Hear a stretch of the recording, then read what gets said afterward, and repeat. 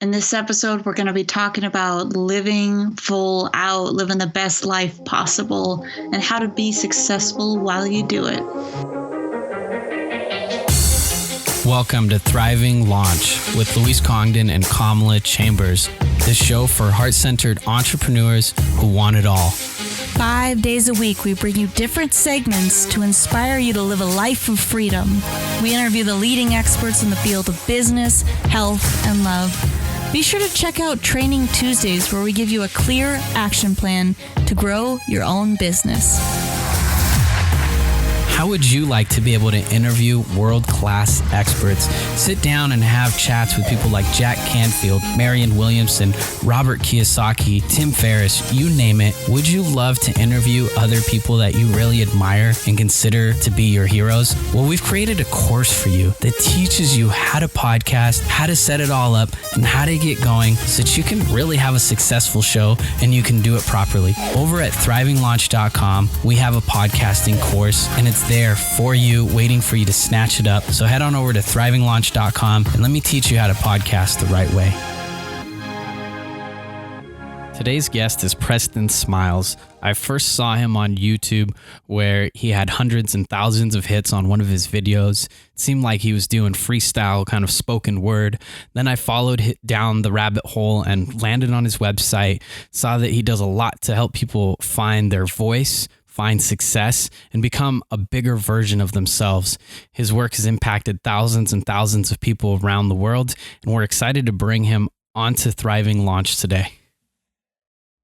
All right, we're here with Preston Smiles. Preston, are you ready to launch?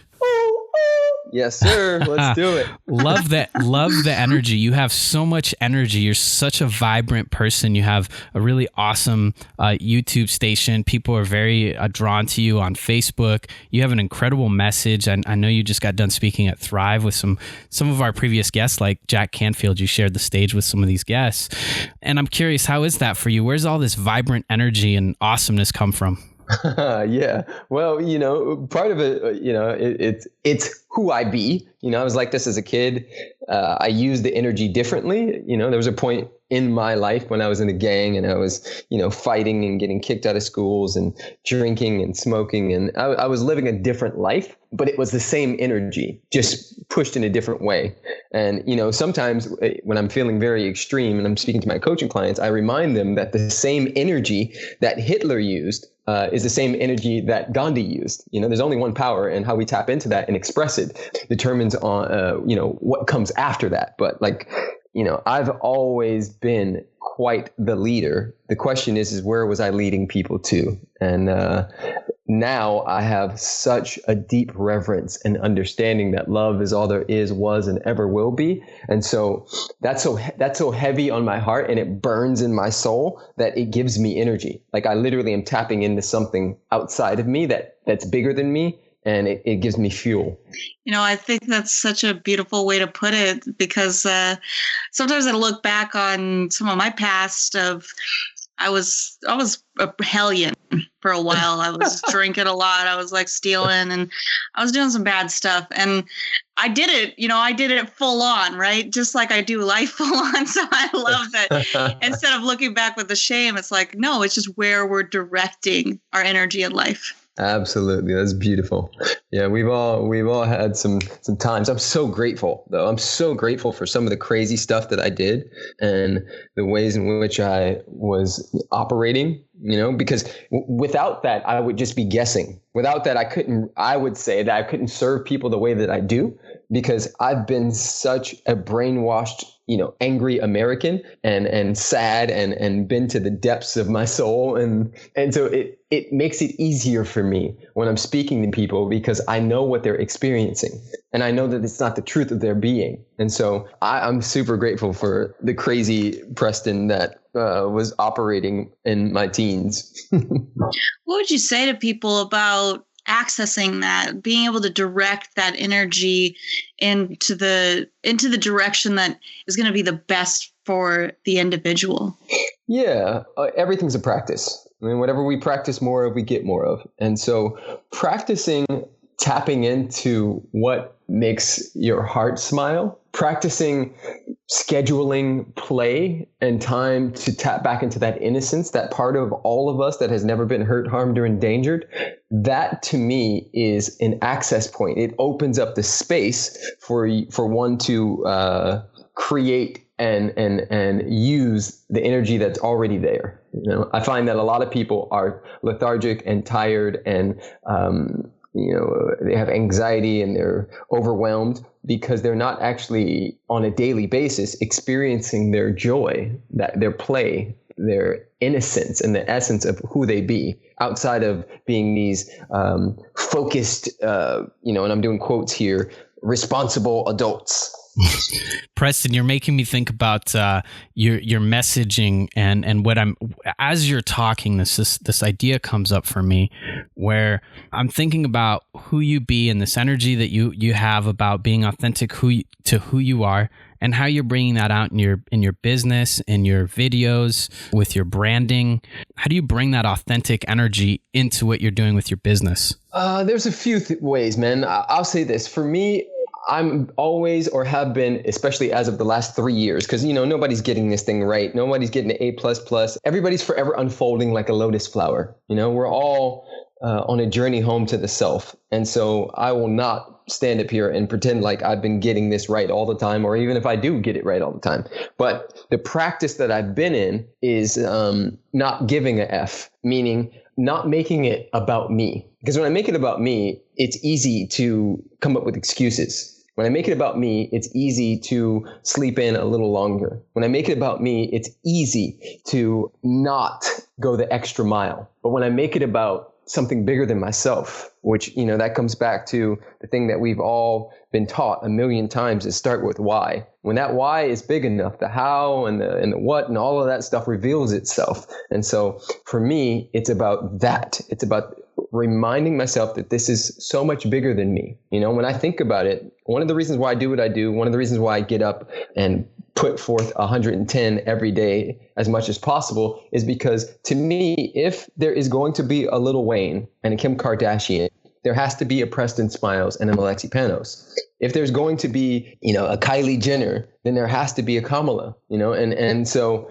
I find that those of us who are in the know tend to play a little smaller than those who are not as aware that we're all connected, that we live in an interdependent world. And so to me, it's my job to turn the volume up. That's why I wrote a book called Love Louder, because it's the moment we turn the volume up on our love, we automatically turn the volume up on our lives. And when we turn the volume up on our lives, just like you would if you were, sitting on a street corner and somebody rolled by and was playing music really loud, it gets attention. And so to me, that's my job. My job is to stand on the top of the mountain, waving a white flag, reminding everybody that love is our truth, that there is no separation, that underneath all of the stories we have about each other, whether it be gay, straight, white, black, Christian, Muslim, Republican, Democrat, underneath all of that stuff is our truth. And the only time we truly tap into it as a society is when disaster hits. And I'm not waiting for disasters anymore. Now it's time for me to step up every day and be a lighthouse for those who are standing in the dark.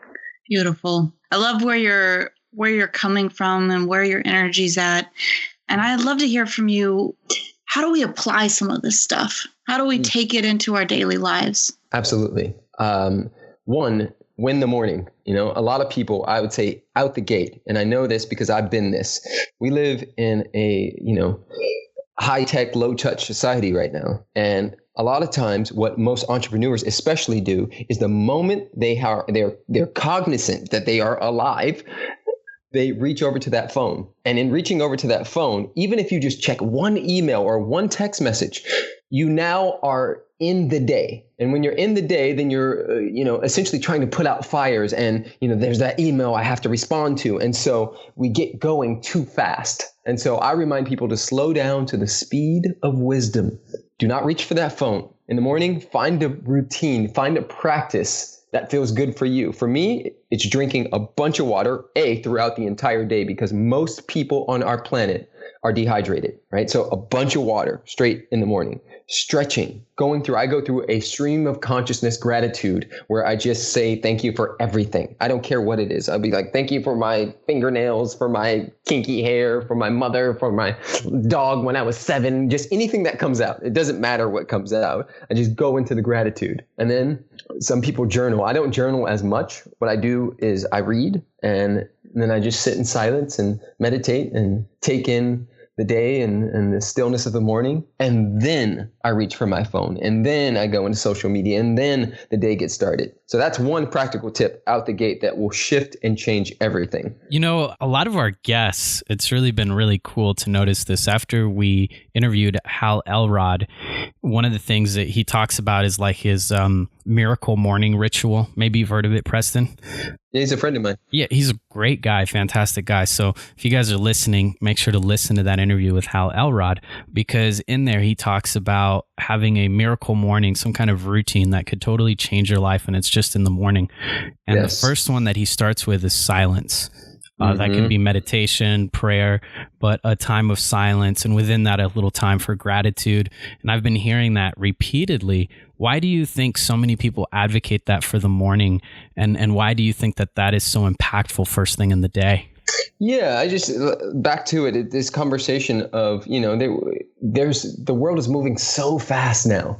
I remember a time when you type something in on the internet, you know, and I was a kid when there was no internet, but you type something in on the internet and it take like maybe 2 minutes for that thing to pull up. Now, if it doesn't pull up in 1 second, I'm like, what's wrong with the internet? Something's got to be wrong with it. You know, it's like everything is so fast these days. And so making sure that you take time in the mornings to envision and declare and open yourself up. You see, one of the practices, and this has really changed my life, is this understanding that it's not my job to make it happen, that it's my job to welcome it.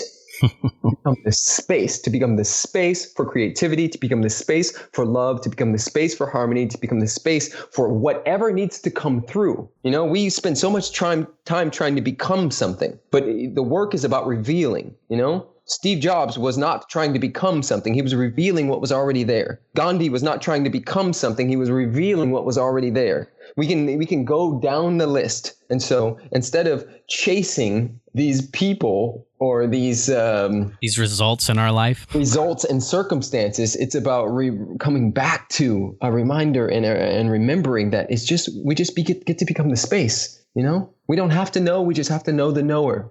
And there's some things that are way past logic. A lot of us spend a lot of time in that analytical brain, and we think that science has the answers to everything, and science is constantly disproving itself. Science doesn't know what's in the ocean, let alone, you know, like how to manifest something. And so opening ourselves up to that is such a powerful practice.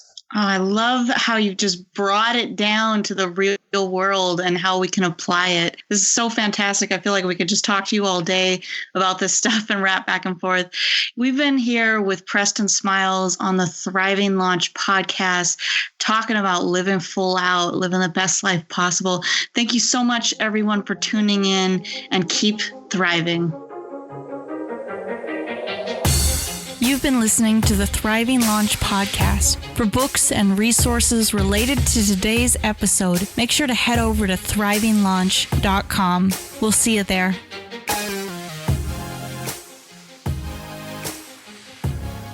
In the next episode, you and I are going to sit down and talk about how to create passive income. This is going to be part 3. Looking forward to diving in with you. If you've enjoyed today's episode, be sure to subscribe and leave us an amazing rating.